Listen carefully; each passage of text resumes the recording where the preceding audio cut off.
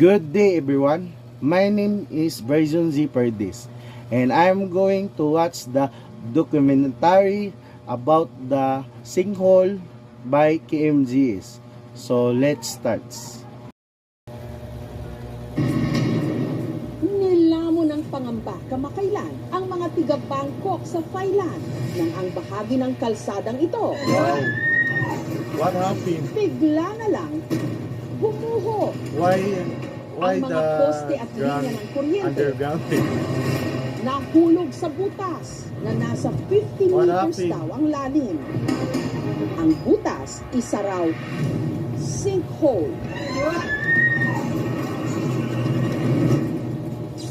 Wow, it's Ang very pangamba ng mga apektadong residente sa Bangkok dangerous. ang siya rin daw nagpapabagabag ngayon sa mga magsasaka ng barangay Napo sa bayan ng San Juan sa Siquijor. May palayan Wow, why din daw people kasi are sa kanilang poor? barangay na parang gumuho This at is, nag-iwan din ng napakalalim na uka sa lupa. It's Tingin very kasi nga lalong kaayaw. Wow, it's ko very, kay nilalimang lalong kaayaw. At ang butas it's very na puno ng asul na tubig. Parang waterfalls. Can't deny the wow after effect. Nakakatakot, It's pero scary. ang ganda. I'm scared. Sinkhole rin ba ang sumulpot na butas sa palayan ng San Juan? Malaking sinkhole o uka sa lupa katulad ng nangyari sa Thailand. What Meron happened? din daw sa Siquijor. At ayon sa mga residente, hindi lang daw ito iisa ang higanting butas na diskubre ng magsasakang si Raymond. Agos 31, mga alas 5 sa buntag, ni kuwan ko sa umbasakan nga nasubay, mabuho ng lapita. Ang misis ni Raymond na si Maricar, sinilip ito. Akong gigamitan og selfie stick o sa gianaan og cellphone na dili makita nimong yuta sa ilalom. Pero siya tubig. Nahadlok pa jud ko para sa akong mga anak. Ako nang gigna ng mga bata nga ayaw jud mo sigana ng sinkhole. Kaya nagmahulog mo na ay makatabang. Hanggang sa ang balita tungkol sa pinaniniwalaang sinkhole sa barangay Napo nakarating sa pamunuan ng MDRRMO o ng Municipal Disaster Risk Reduction Management Office ng San Juan. Na-inform kami September 15, kinordon namin ng yellow tape, caution tape. Ang may-ari naman ng palayan na sina Nestor at Fabiana ng problema nang dahil daw kasi sa pagsulpot ng uka, hindi raw sila makalapit sa kanilang palayan. Nahadlok ko kay nilalimang lalong kaayaw. Bakot very ni, scary kay because, trabaho una mo, maiyak na po ang basta ka. Dahil lubhang peligroso lumapit sa uka, sa ikalawa nilang pagbisita, nagpalipad sila ng drone para masuri nila ito ng malapitan. Kind of view is Kung this? titignan mula sa ere, ang napakalapad na butas, bilog na bilog.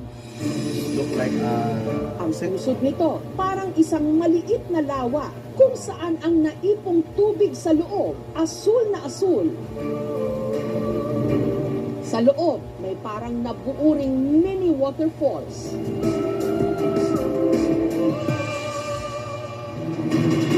Dito na nakumpirma ng MDRRMO na ang uka sa palayan, isang ang sinkhole. Malalim talaga siya if may mahulog man doon. Mahirap silang makaahon sa taas kasi yung nakapaligid na lupa is made of limestone, malambot.